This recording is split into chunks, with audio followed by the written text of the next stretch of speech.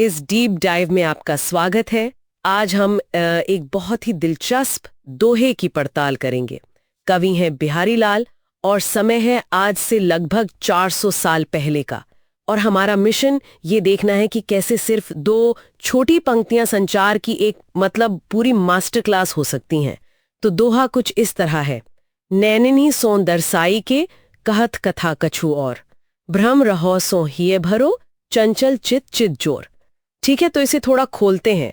पहली लाइन जो है, नैनिन सो दर्शाई के कहत कथा कछु और, ये तो मतलब सीधी सीधी आज की सच्चाई लगती है। यानी आंखें कुछ और दिखा रही हैं पर जुबान से कुछ और ही कहानी कही जा रही है। ये बात मुझे हमेशा हैरान करती है कि कैसे दो पंक्तियों में इतनी बड़ी मनोवैज्ञानिक सच्चाई छिपी है ना? बिल्कुल। और देखिए, ये सिर्फ एक भावना नहीं है। हमें ये समझना होगा कि बिहारी लाल रीतिकाल के कवि थे। उस दौर में श्रृंगार और प्रेम का सूक्ष्म वर्णन अपने चरम पर था। अच्छा, समाज में अपनी भावनाओं को सीधे सीधे कहना, खासकर प्रेम को, आसान नहीं था। तो इसलिए इशारों की, खासकर आंखों की, एक अपनी ही जुबान होती थी। तो एक तरह से बिहारी उस पूरे युग की सच्चाई बयान कर रहे हैं, जहां कही गई बात से ज्यादा वो जरूरी था जो नहीं कहा गया पर आंखों से दिखा दिया गया। वाह! तो ये सिर्फ एक रोमांटिक गलतफहमी नहीं है, ये उस समय का एक सामाजिक प्रतिबिंब है।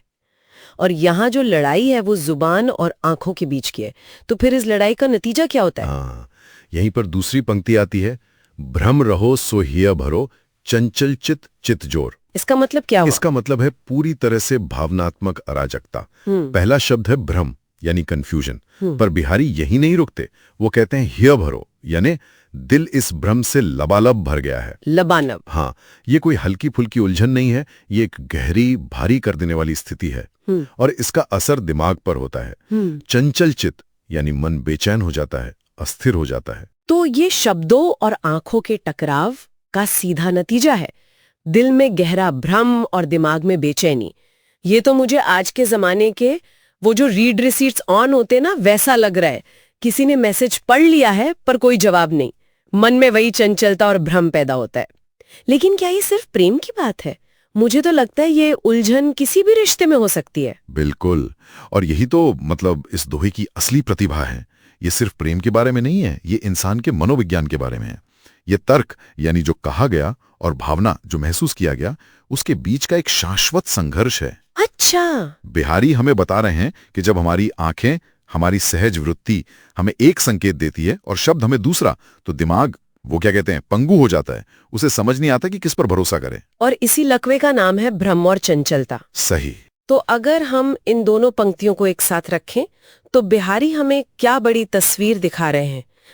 सिर्फ दो पंक्तियों में संचार का एक सुनहरा नियम बता दिया है कि जब तर्क और भावना में टकराव होता है तो नतीजा हमेशा अराजकता ही होता है। दिल को समझ नहीं आता कि किस पर विश्वास करे और दिमाग काम करना बंद कर देता है। बिल्कुल, और ये हमें एक बहुत ही जरूरी सवाल पर लाकर छोड़ देता है कि अगर आंखें और शब्द एक ही कहानी नहीं कह रहे हैं तो किसी को किस पर विश्वास करना चाहिए? अपनी सहज वृत्ति पर, या जो कहा जा रहा है उस पर? या फिर बिहारी ये कहना चाह रहे थे कि ये जो भ्रम है, ये जो बेचैनी है, यही मानवीय रिश्तों का एक अनिवार्य हिस्सा है? इस पर सोचने के लिए हम इसे यहीं छोड़ते हैं।